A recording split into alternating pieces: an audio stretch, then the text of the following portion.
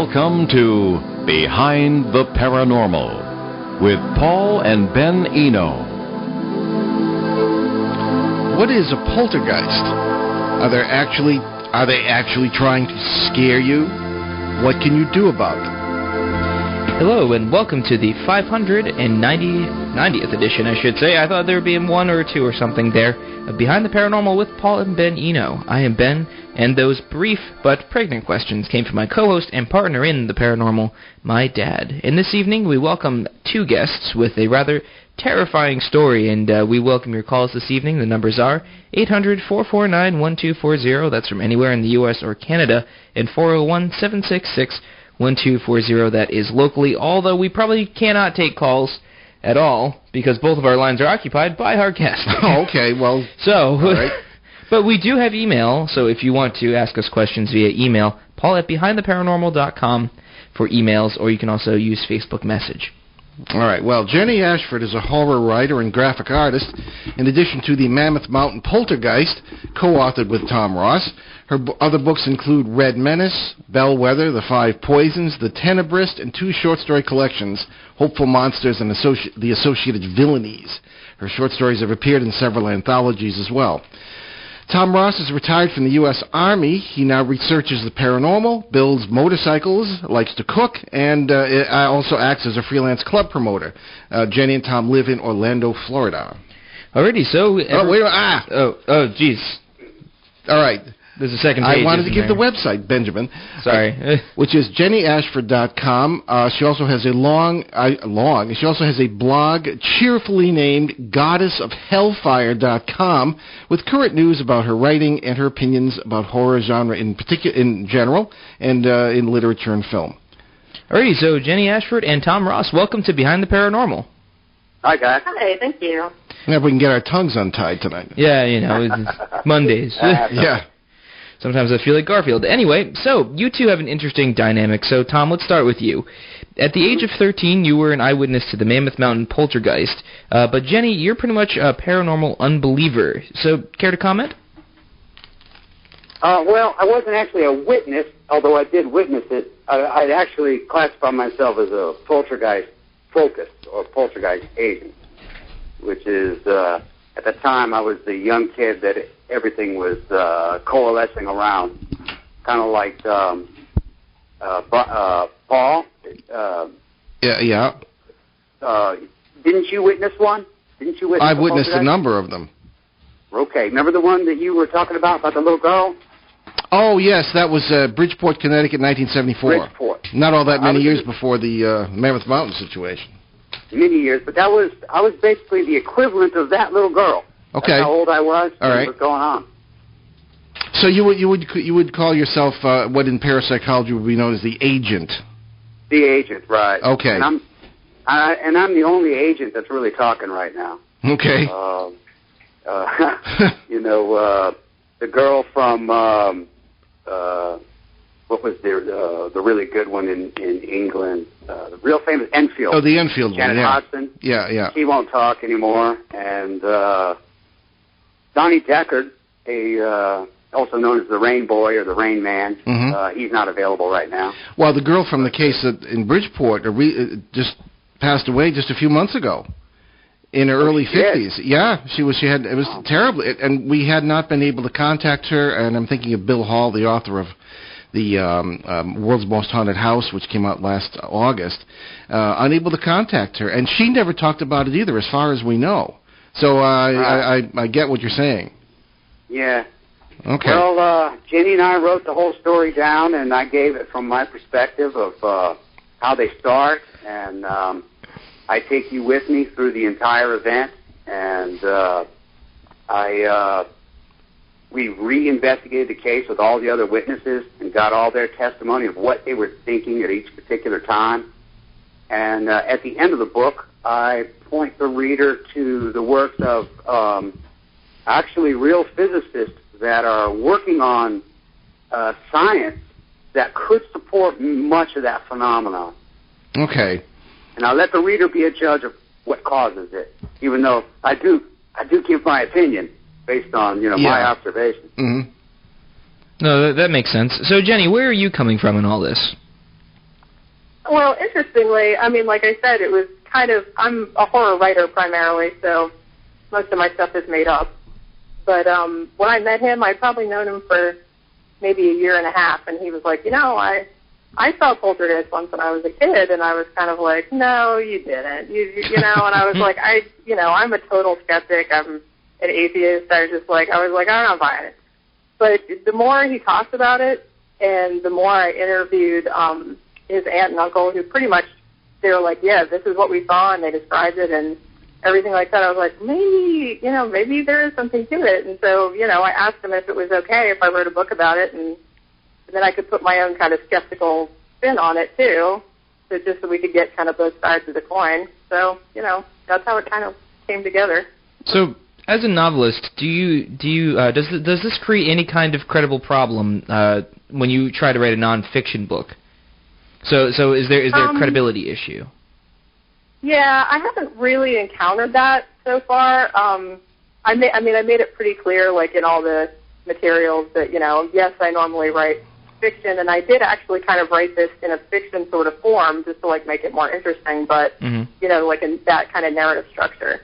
But I did make it clear that this is a nonfiction work, and I'm just describing exactly what was described to me, and I didn't embellish anything or anything like that. But so far, I haven't really had any kind of credibility issues or people telling me I'm making things up or anything like that. Oh, that's good. Right. She's just presenting the testimony, the witness testimony, in a story in a form that isn't so dry. Yeah. Nothing was added to the story, and we didn't take anything away.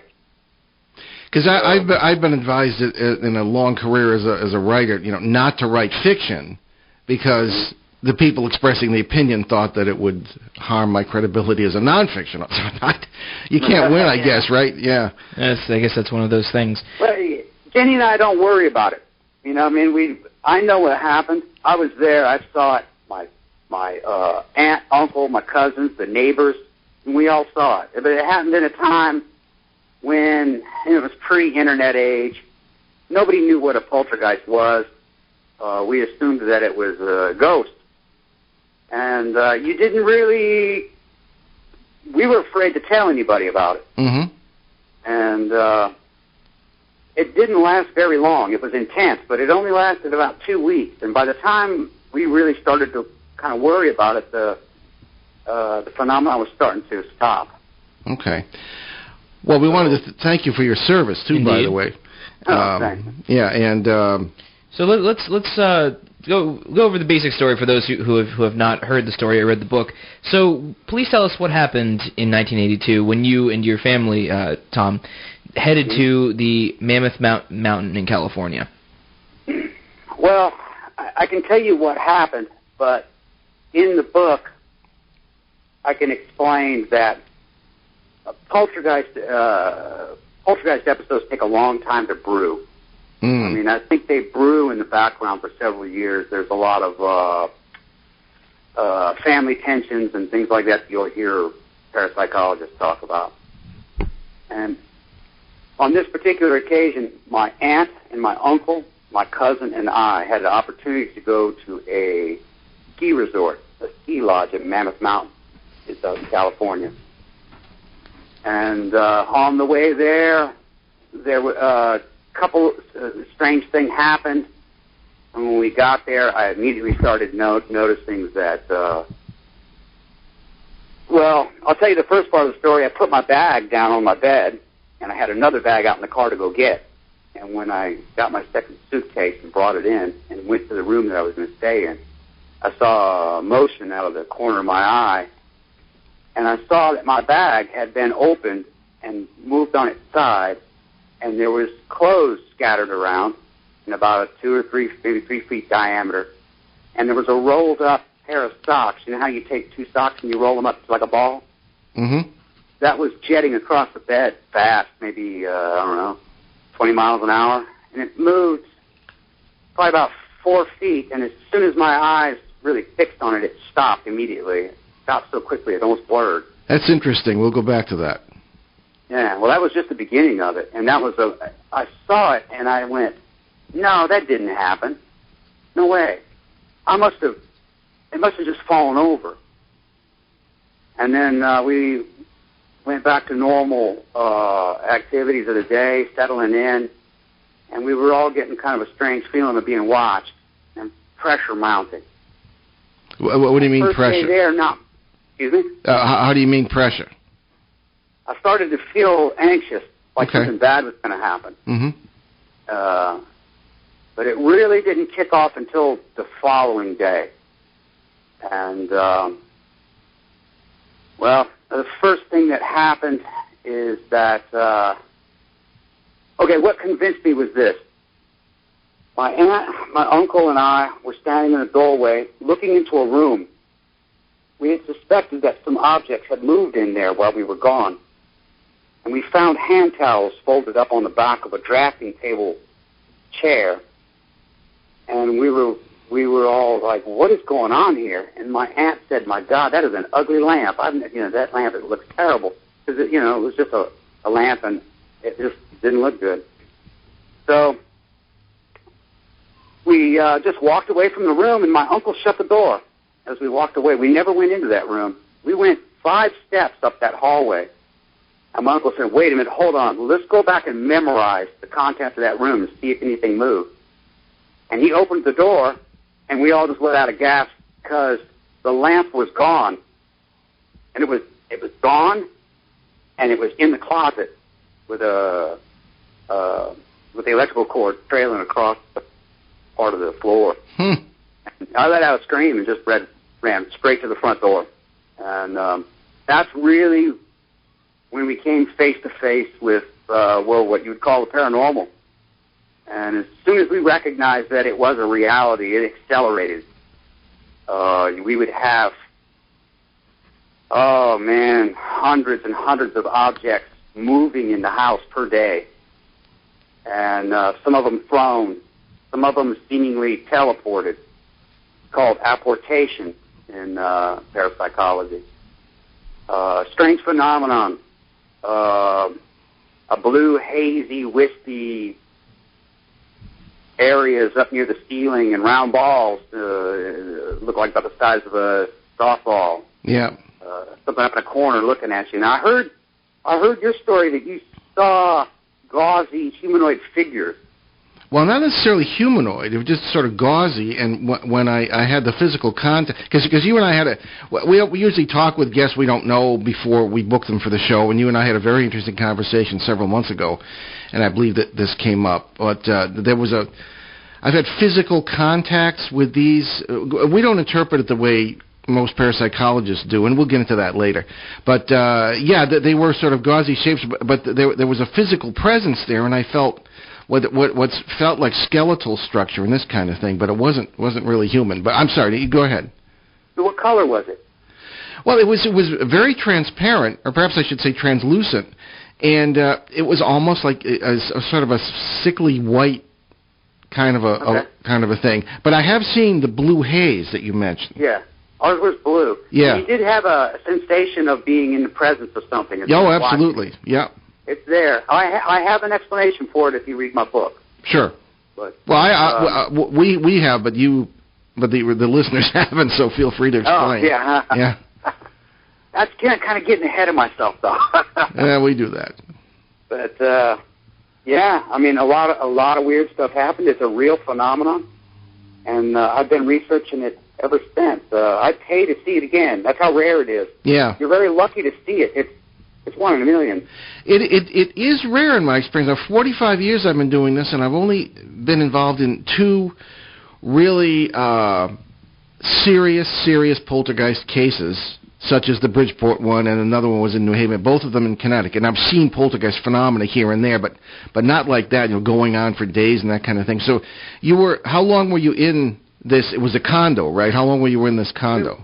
We were only there for about 5-6 days. Okay, that's enough. Then I went home, and it continued a little bit at my house for a few hours, because we were only at my house for a few hours. Yeah. And then I went to my aunt's house for almost another 4 or 5 days, and it went on there, too. So it was not location-based. Interesting. Okay. And it did accelerate. It got stronger. And I just made I noticed a lot of details about the phenomenon that a witness normally wouldn't notice The witness is going to look at it differently. Can you give us examples? Well, a poltergeist focus starts realizing that what the poltergeist does is usually a reaction to your mental state. If you start worrying about something, it'll happen. If you look at an object too long, that object will eventually be moved when you take your eyes off of it.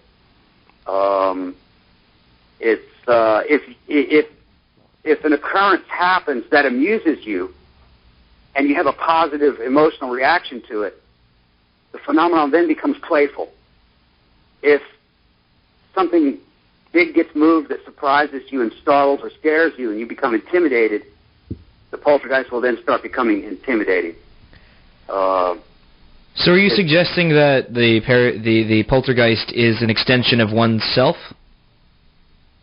Well, yeah. What I believe it to be, based on other experiences I had later, NDE and an out-of-body experience when I was in the Army.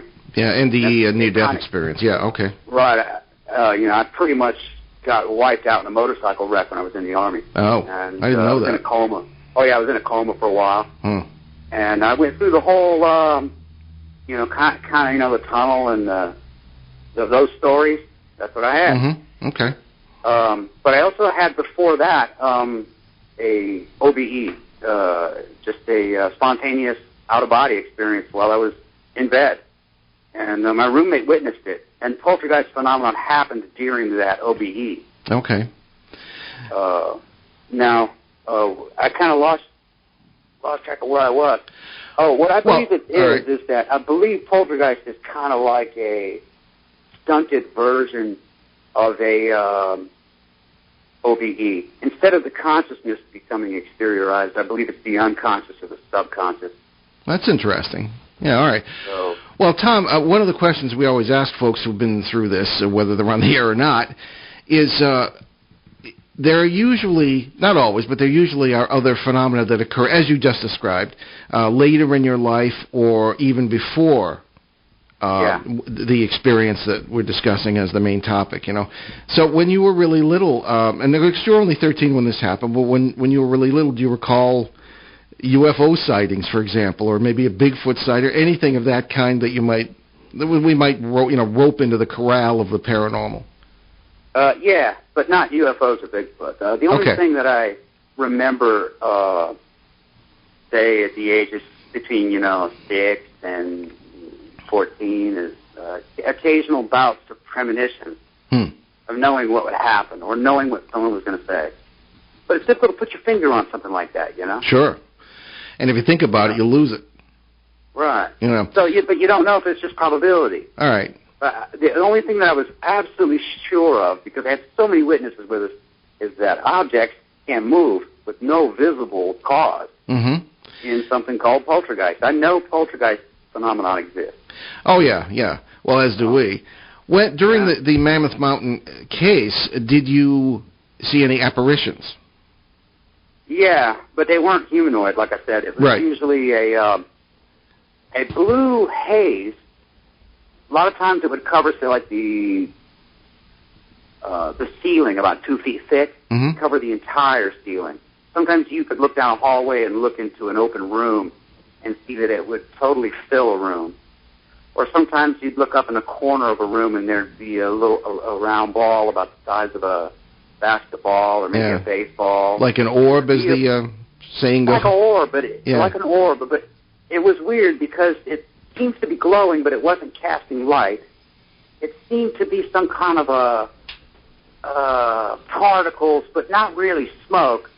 And if you tried to focus your eyes on it, it would kind of fade. You had to look to one side or the other, and slightly out of your peripheral vision. But everyone could agree that it was there. And if you put your hand into it, it felt cold. Oh, that's interesting.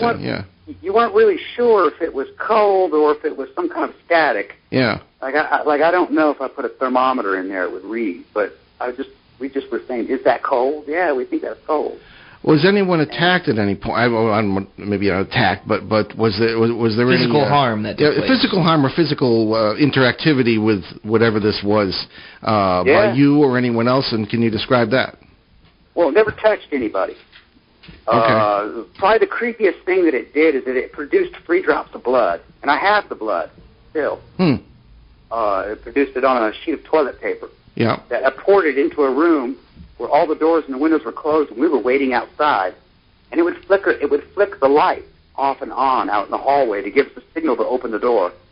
When it was doing things, it usually preferred not to do them while you were looking right at it. It likes to do things when your back was turned. Yeah. That's funny. It was almost like it was... You noticed that? Yeah, I did, actually.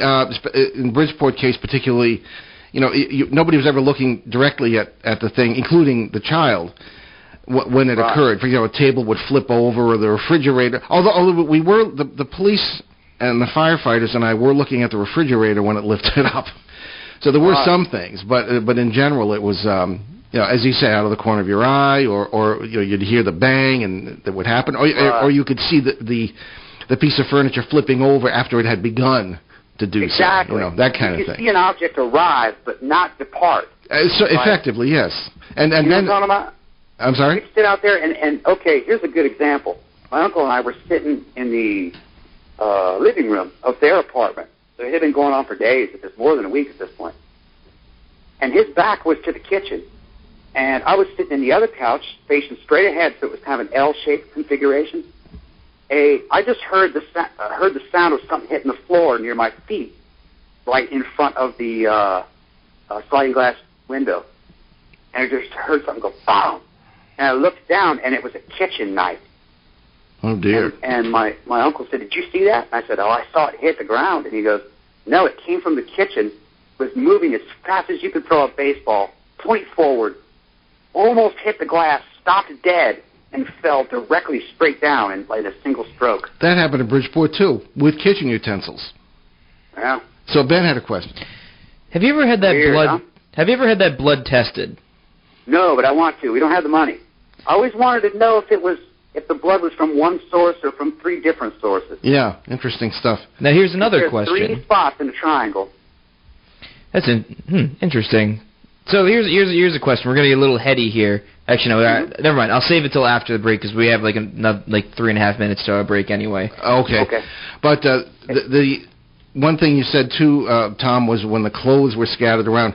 That's funny. That's the first thing that Ed Warren and Lorraine Warren and myself and Father Bill Charbonneau saw in the Bridgeport house when we first went in on that Sunday morning was, and the people commented on it, the thing, as they called it, would pull clothes out of drawers and throw them around, and it even put them into the little girl's baby carriage and was pushing it around the house, Yeah. So I have a lot of good accounts of clothing stuff in the book. I can even tell you a little bit about that. We have time.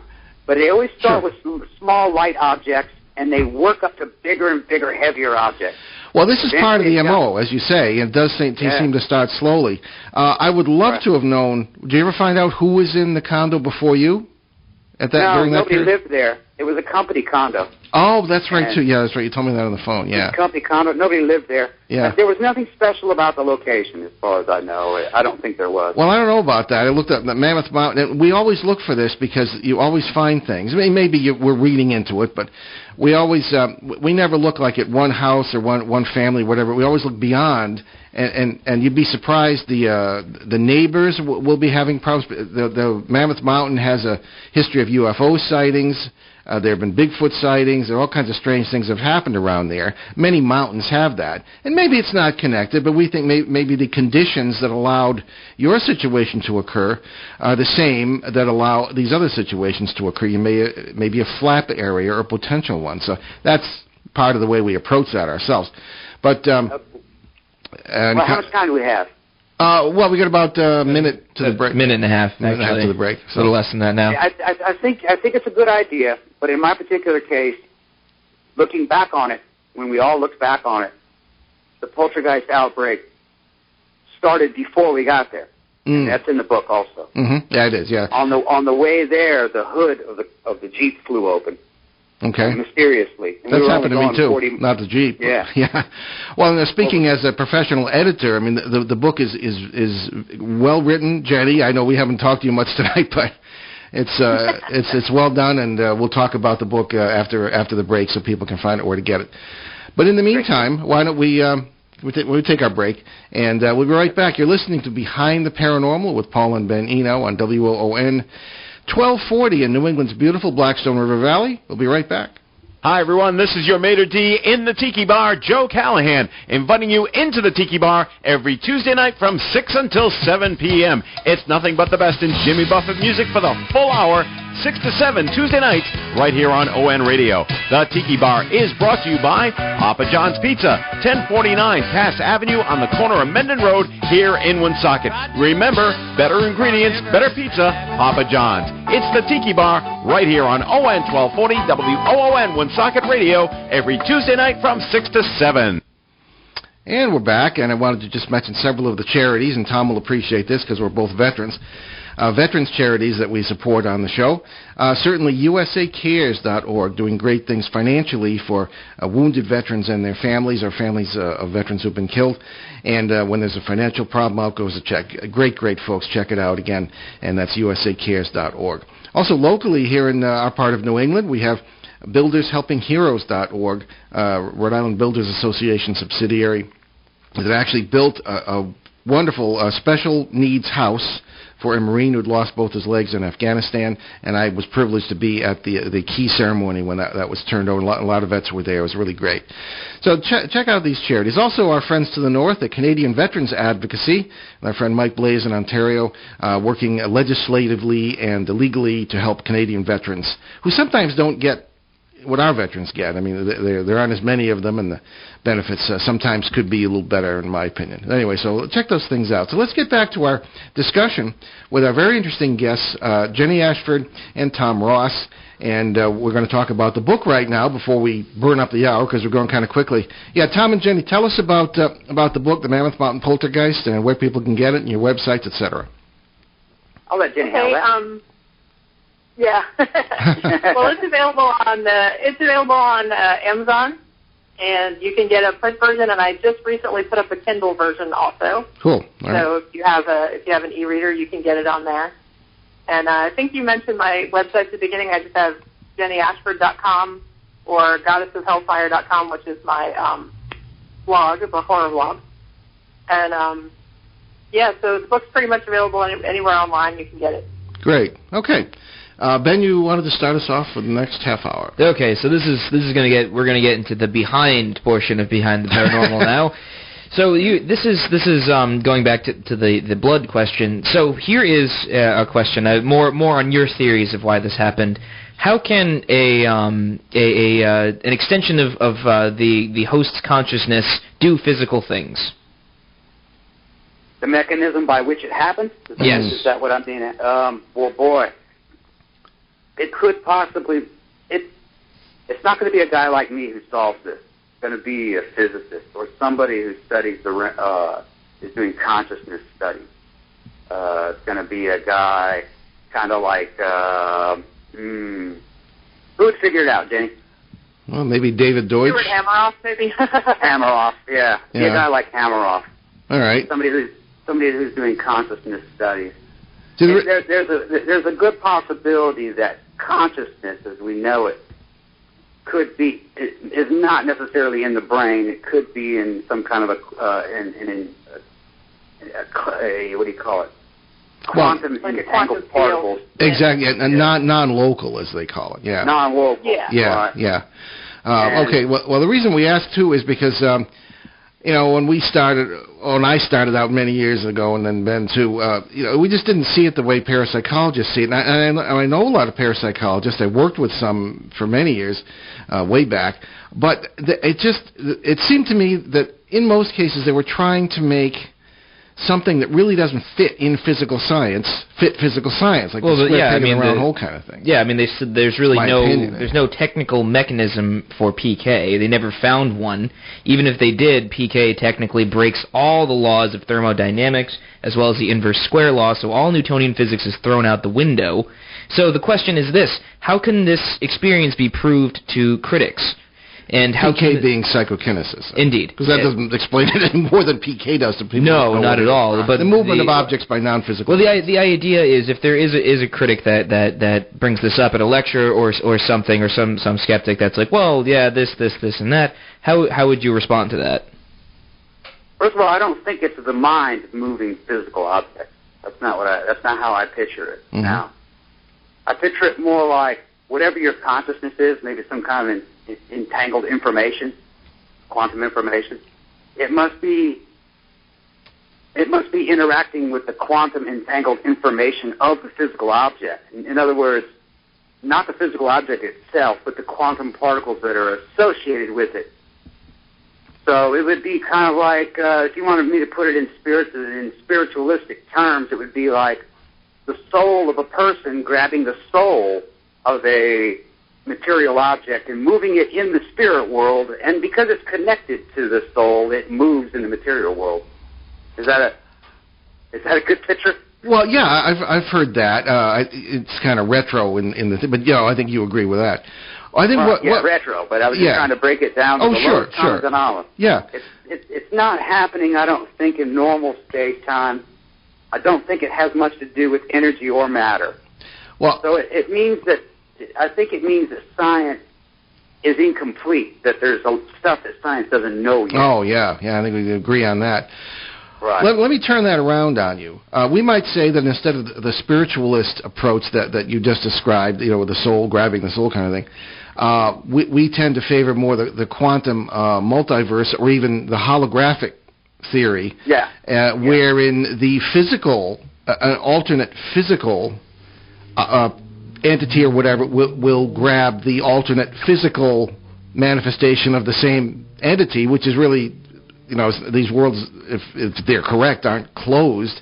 There is an energy exchange back and forth and all this kind of thing. So the thing is, we really don't know. But from what we've seen, we tend to lean more toward that particular interpretation. Now, let me ask you this, and I'm going back, of course, to one case in 1975 in Connecticut where there really wasn't any agent in the normal sense of the textbook case of the poltergeist. The young girl was 14, but her mother had made her leave the apartment because of what was going on. And the woman would come back, who was in her 40s. She'd come back and literally do battle with this thing. She did all the wrong stuff and just made it worse. But there wasn't any child.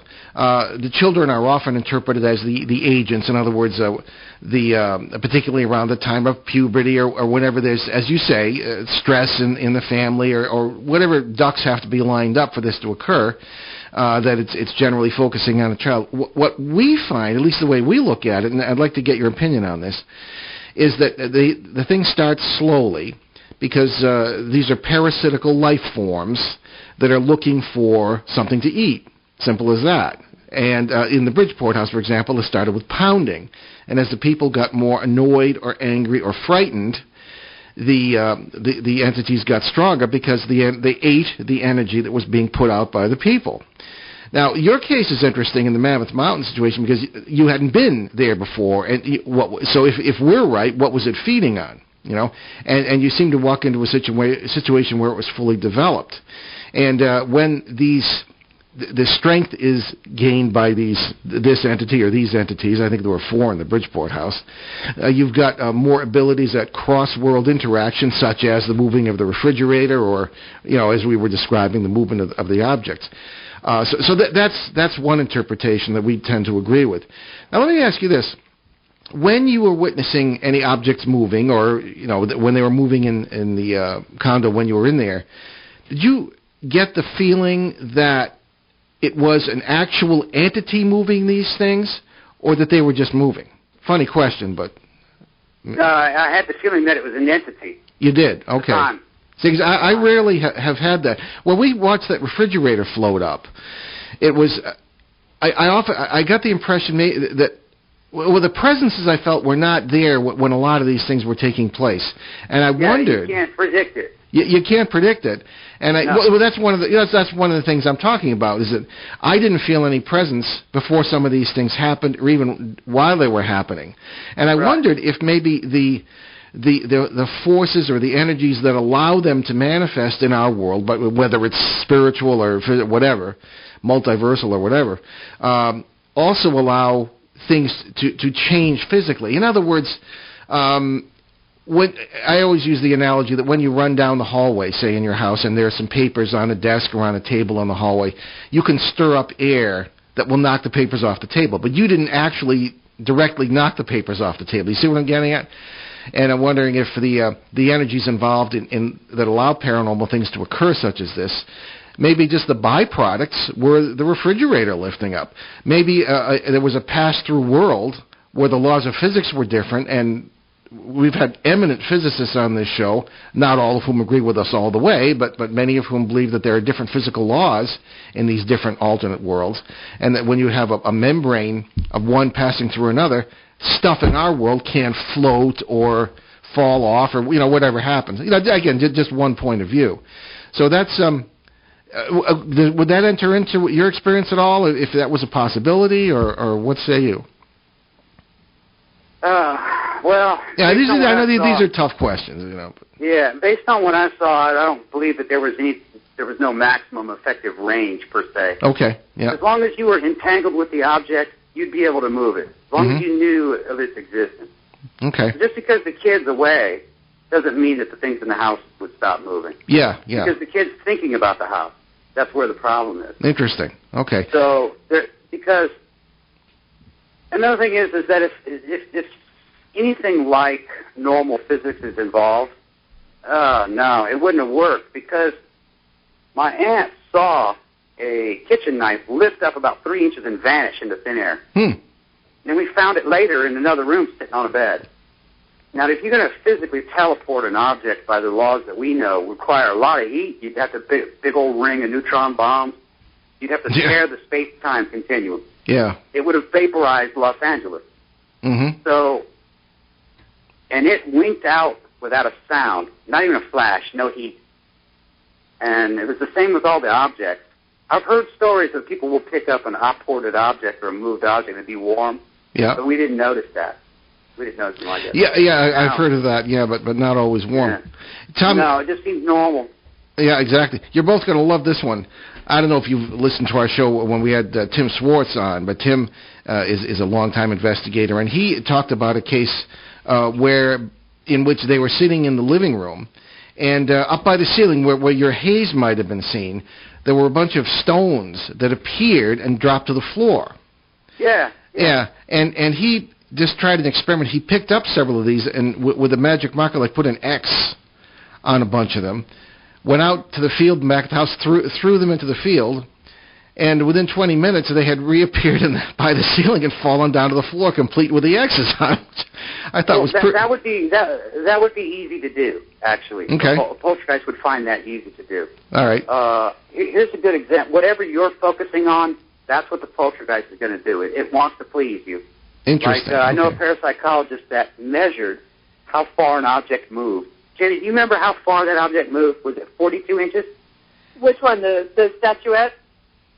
No, the one that Steve kept measuring it, and every time an object moved, it would move that exact same distance. Oh, right, yeah, I know what you're talking about. Yeah, I believe it was 42 inches, yeah. It always moved the exact same distance. So is this that was because the poltergeist was aware that Steve was looking for 42 inches, so it kept giving it to him. Interesting. And with a poltergeist focus or a poltergeist agent is suggestible at this time. If you tell him it's a demon, that's what the poltergeist is going to act like. It's going to act like a demon. Yeah. If you tell him it's a ghost, it's going to be a ghost. Yeah. No, I think there's a lot of truth to that. Because it wants to push your buttons. Okay, Brian, or is it Paul? Paul. I'm Paul. Who saw the four and touched the four ghostly entities? Well, that was me. Well, only one of them, but yeah, there were four at the time. Oh, one? Yeah. Well, the physical contact was with one, because the others were in different parts of the room. Okay. I guarantee you, I thought it was a group of them. So you did. Scratch that. Okay. All right. If it was a group of them, I probably would have thought that that girl had been beaten up at school. That maybe she was thinking about the kids that beat her up, and made kind of an apparition of them, like a fake apparition. I don't think anything, looking back on it, any of the apparitions that we saw, I think were more of a pseudopod, something that was kind of a sensory apparatus. All right. it wasn't there when objects would move. It would just be there at random times. And just like you said, sometimes you would feel a presence and sometimes you wouldn't. But you always felt creepy. It always felt creepy. Yeah, in these situations pretty much does, yeah. Yeah. Well, that's the thing.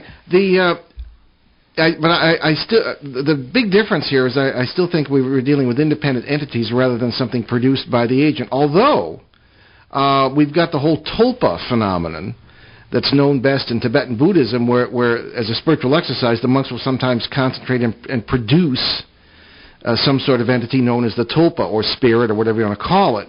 And sometimes that's not a good idea because they can't get rid of it. I think there might be some relation there, but what I think is some parasite picks it up and just comes and acts like that and does what you just said. Ben's got a question. Well, it's more of an observation, I guess. That's sort of like a throw out there for discussion. As someone who lives in the modern world, I think that I can honestly say that all of us in this conversation are all bound by the same assumptions made by the Enlightenment in the late the 18th century? 18th century. Yeah, 18th century, where essentially we can find out everything empirically through evidence, through the five senses, and maybe even the sixth sense if we're going to go into parapsychology. But we all seem to view things through a certain framework. For example, Tom, you view things through a framework that, okay, everything that this parasite is doing is through an extension of consciousness, which I wouldn't say is wrong because I have no idea. But we view it through a certain framework as well. Everybody views all these experiences through their own framework. Say you're in your backyard, you see a gauzy figure, but there's a flying saucer above it. Oh, it's an alien. Inside your house, you see a gauzy figure, it's a ghost. I think the problem is our minds cannot handle what is outside of our understanding. It's very much like a digital camera. A digital camera will see an image and rearrange it into something we understand. Same with our brain. Now, discuss. Okay, well, it was well put, Ben, I must say, Well, okay. All right. What we're saying, I think, is we don't really know anything. This is one of the reasons why I don't really think it was an outside force in my case. There was no organized attempt at communication. It only wrote one word that I can remember, and that was go, and it was scribbled. Oh, that's interesting. It tried to speak once. And here's the weird thing. It wrote go in a context that could have meant a couple of different things. But in the book I explain that. Another thing that it did is it tried to speak out loud, but I couldn't understand it. It was just garbled, and I ran from it. And also, it didn't harm anyone or break anything. So it seemed to be conscious of the value of physical objects in the house. And I think if something was totally an alien entity from the bowels of hell, it would kill you and break a bunch of stuff. This thing was strong. I mean, it was strong. It could have easily crushed a head or turned somebody's head around backwards, or it moved a bunk bed that must have weighed 400 pounds effortlessly without any sound. It could have been very dangerous, but it wasn't. It only did enough to get attention. And I noticed that these phenomena only really serve one purpose. And they serve two purposes, actually.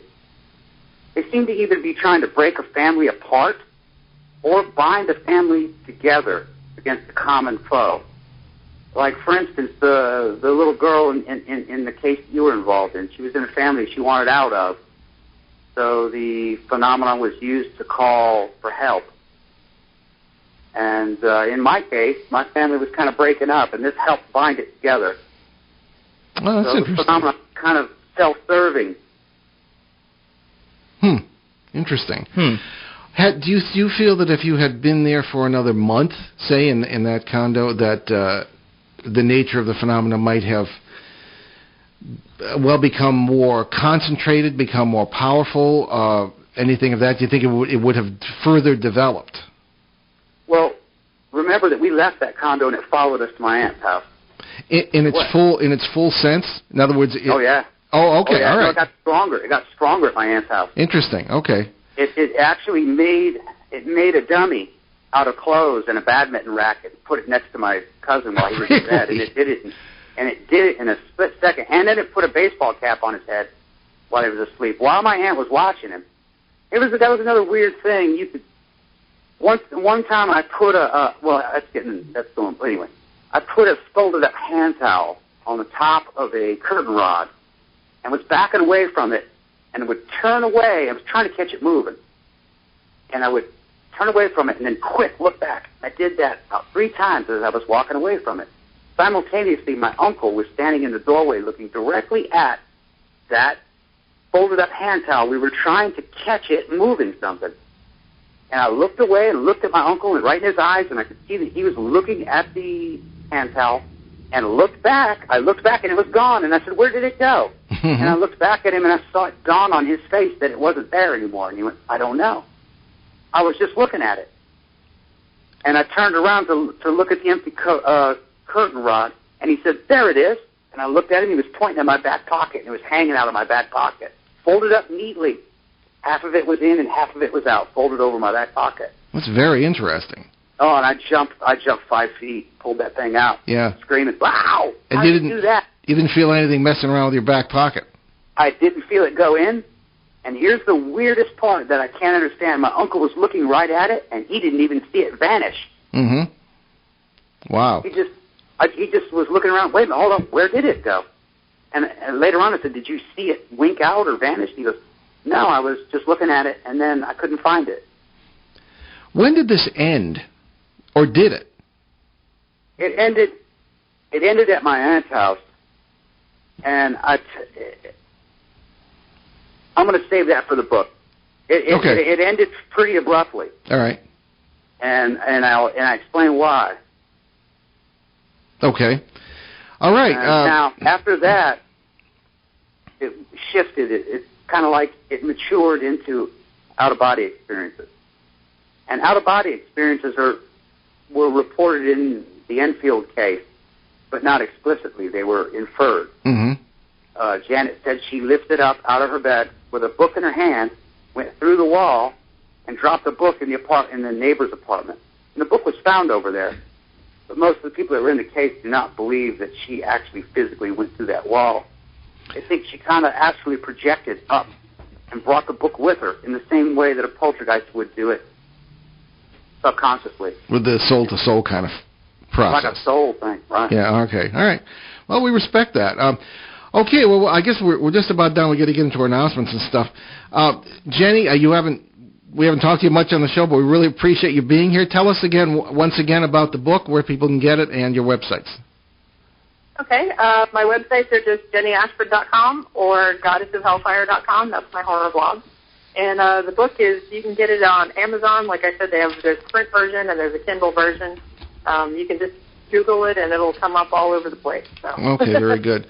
Well, thanks so much. It is a very interesting book, and we really enjoyed having you on. And thanks a lot. We'll talk to you again. Thank you very much. Indeed. Have a good night. Okay. Good night. Bye-bye. Bye-bye then. Okay, everyone. We are so backed up with emails. I wanted to at least get to one or two tonight. Maybe time for one, you think, Ben? Yes. All right. This is a relatively brief one, and it's from Neil in Belfast, Northern Ireland. Okie doke. So Neil writes to us. Hi, Paul and Ben. I totally agree with most of your views on the paranormal. Love your show, by the way. Listen to the podcasts on the way to work, and I'm currently on 2013 now. We read this already. Yeah, but we read it on the show. Oh, that's right. Yeah, we on lost the show. That We show. lost Sorry the about that. One thing that troubles me is the question of UFOs. I have heard you talk about UFOs and alien visitations as possible crossovers from the multiverse into our universe from beings from other dimensions or parallel worlds. I do believe this to be true, but on the other hand, I also believe that not all of these sightings are because of this. The universe is a big place, and it just has to go on forever. Well, technically, it's a measurable distance, but we're not going to go into that now. Because if it does end, then what's behind the end? What if you know or if you know what I mean? To quote Jodie Foster from the film Contact, the universe is a big place. If it's just us, then it's an awful waste of space. And that's a very good quote, actually. So he said, my question is this. Do you believe that some of these visitors to Earth are actually creatures from other planets or just multidimensional beings? Okay. Well, multidimensional beings, other planets, I don't know if there's any meaning to answering that in the sense that they could be both. They could be neither. We don't know. As Ben so eloquently put it in talking with our guests, we have a certain point of view. We speak out of a certain framework, and we hear whatever answers we choose to hear really in the same framework, whereas the reality might be way outside of that framework. So if you see a nuts and bolts craft landing, as we very often hear about at UFO conferences that we speak at, there may be multiple explanations about where it's from, when it's from, how it got here, and if it's even really here. So these are all open questions, none of which we really know the answers to. So I think that you're probably, Neil, looking at probably a yes to both answers. It's not one or the other, I don't think. People, and you can be on another planet, and I suppose technically you could use multiversal principles by which to travel to this one or to anyone. Technically, you could travel from Earth to the other end of the Andromeda Galaxy or the other end of the known universe instantaneously if you simply found the right membranes through which to travel. There's also the wormhole theory. That in a sense you'd have picture the universe as sort of a balloon, okay, and it's got tunnels from one end to the other, so you wouldn't have to travel all the way around the surface of the balloon. You just travel through one of the tunnels, you get to the other side, okay, and that way you'd be able to do your traveling, right? So no one really knows. That's the motto of our show. Everything you know is wrong, or you don't know it at all, one or the other, right or wrong. So you've got any kind of potential answer to that. All right. So we probably ought to start our announcements at this point because we have a lot of them. All right. So on Saturday, September 5th of this year, we are scheduled to speak once again at the Exeter UFO Festival in Exeter, New Hampshire. The town-wide event is organized by the Kiwanis Club there to benefit local children's charities, and they do some great work. Other speakers besides Ben and myself will include this Stan Friedman, a guest a few weeks ago, and a good friend who's written the preface to our next book, along with Richard Dolan, Kathleen Marden, and Jennifer Stein, whom we don't know. We're looking forward to meeting her. So we'll provide more information on this as the date approaches. Now, on Thursday, September 24th, Ben and I will join Bill Hall, William J. Hall, author of the forthcoming book, The Haunted House Diaries, about this rip-roaring case in the Litchfield, Connecticut area, and that we have been talking about for some time and been working on for 10 years, for a joint book event with us at Hank's Restaurant in Brooklyn, Connecticut. Now, Hank's has great food, and there'll be a lot of great fun, and we'll all be there, and we'll do a presentation as well, with PowerPoint and this sort of thing, and a lot of give and take. Should be great fun. Alrighty, so on Saturday, October 10th, we'll once again be speakers at the Great New England UFO Conference at the City Hall in Leominster, Massachusetts. Other speakers will include Stan and Richard Dolan, also Peter Roberts and other UFO greats, or Peter Robbins, I should say, not Roberts. Right. We all know who we're talking about. Watch for more information on that event and others coming up this year. And don't forget about our show website. That's BehindTheParanormal.com, where you can find nearly 600 free podcasts of past shows from both ON 1240 and our 4.5-year run on CBS Radio, along with special shows and podcasts. We're all aware of the terrible earthquake in Nepal not long ago, and especially terrible thing to happen to those. They're just great people over there. Before we recommend a charity, Ben and I check it out thoroughly, and if you can donate to help the Nepal earthquake victims, Ben and I recommend Action Against Hunger. It's an American charity, and nearly 87% of what you donate actually gets to the people who need it, as opposed to administrative expenses or whatever from some other charity. So check it out, Action Against Hunger, and they also help people in other situations as well, not just Nepal. Now you can find my books on Amazon.com, Amazon Kindle, and Barnes & Noble Nook, and all the usual suspects. But if you buy them directly at BehindTheParanormal.com, our show site, I'll be happy to sign them for you, and you will help us keep all those podcasts free. It does take a little while because I have to, the orders come in and then I have to sign them and all that, but we do get them out as soon as we can. Also on our website, you'll find direct links to several charities that Ben and I have adopted, including, as we mentioned, USA Cares, Canadian Veterans Advocacy, Youth Mentoring Connection in Los Angeles, too, doing great things for youth out there. And there are 2 new books just released by Global Communications, Timothy Green Beckley's publishing company. The Bell Witch Project has attracted a lot of interest, and he's put my name on the cover, so people, I didn't really write it, I just contributed. And also some interesting cases from early American history that had to do with the paranormal. A special interest to folks here on ON 1240 in the listening area is another Beckley book, UFO Repeaters, with an entire chapter on our old friend Joe Ferrier, talk show host here for on ON for over 50 years and a well-known 1960s UFO expert. Both books available on Amazon.com. Okay. Okie doke. So next Monday, June 15th, we'll welcome journalist and UFO legend Alejandro Rojas to talk about several unusual UFO topics. Yeah, including whether there might be living beings. We leave you this evening with a quote attributed to the great Winston Churchill. If you're going through hell, keep on going. I'm Paul Eno. And I'm Ben Eno, and as also Winston Churchill said, never, never, never, never, never, never, never, never give up. Also, we have a few seconds left, so I'm just trying to drag that out just a little longer. Thanks for joining us. I'm Ben Eno, and thanks for joining us on a great cosmic journey, and we will see you next time. Return to this radio frequency 167 hours from now for another edition of Behind the Paranormal with Paul and Ben Eno.